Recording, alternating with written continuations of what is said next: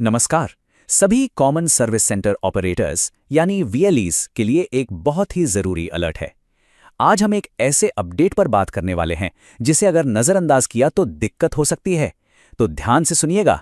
चलिए सीधे मुद्दे पर आते हैं। सीएससी की तरफ से एक नया एक्शन लेना सबके लिए ज़रूरी कर दिया गया है और साफ साफ कहा गया है कि अगर ये काम नहीं किया गया तो आपके सीएससी आईडी को बंद भी किया जा सकता है।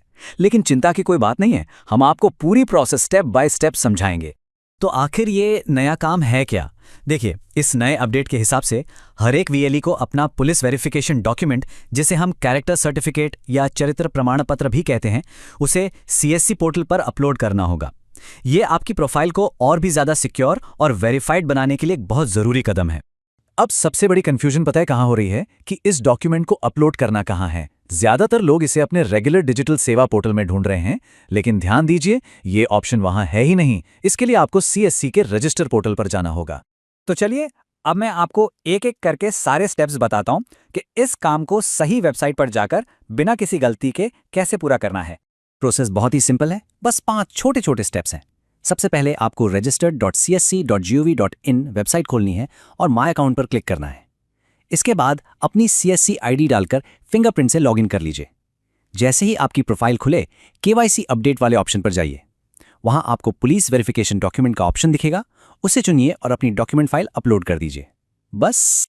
और जैसे ही आपका डॉक्यूमेंट सही तरीके से अपलोड हो जाएगा ना, आपको स्क्रीन पर ऐसा एक कंफर्मेशन मैसेज दिखाई देगा। इसका मतलब है कि आपका काम 100% पूरा हो चुका है। अच्छा, पुलिस वेरिफिकेशन तो हो गया, लेकिन रुकिए, एक और ज़रूरी अपडेट है। और ये अपडेट खास तौर पर उन वीएलईज के लिए है जिनके पास आयुष्मान कार्ड की आईडी भी है। जी हां, जो लोग आयुष्मान कार्ड का काम करते हैं उनके लिए नेशनल हेल्थ अथॉरिटी यानी एनएचए के 2 कोर्स करना अब ज़रूरी हो गया है। इन कोर्सेज को पूरा किए बिना आपकी सेवाएं आगे नहीं चल पाएंगी। और हाँ, इस काम को टालना नहीं है, इसकी एक डेडलाइन भी है जिसे याद रखना बहुत ज़रूरी है। अगर ये कोर्स पूरे नहीं हुए तो आपकी आयुष्मान आईडी भी बंद हो सकती है। तो चलिए फटाफट से एक बार दोहरा लेते हैं कि हमें तुरंत क्या क्या करना है ताकि कोई भी ज़रूरी बात छूट ना जाए। तो 2 सबसे ज़रूरी काम याद रखने हैं। पहला, सभी वीएलईज को register.csc.gov.in पर जाके अपना पुलिस वेरिफिकेशन डॉक्यूमेंट अपलोड करना है। और दूसरा, अगर आपके पास आयुष्मान आईडी है तो एनएचए के 2 कोर्स ज़रूर पूरे करने हैं। ये दोनों ही काम आपकी आईडी को चालू रखने के लिए बहुत ज़रूरी हैं। तो अब ये सब जानने के बाद सवाल ये उठता है कि क्या हमारे सारे क्रेडेंशियल्स पूरी तरह से सेफ और अपडेटेड हैं?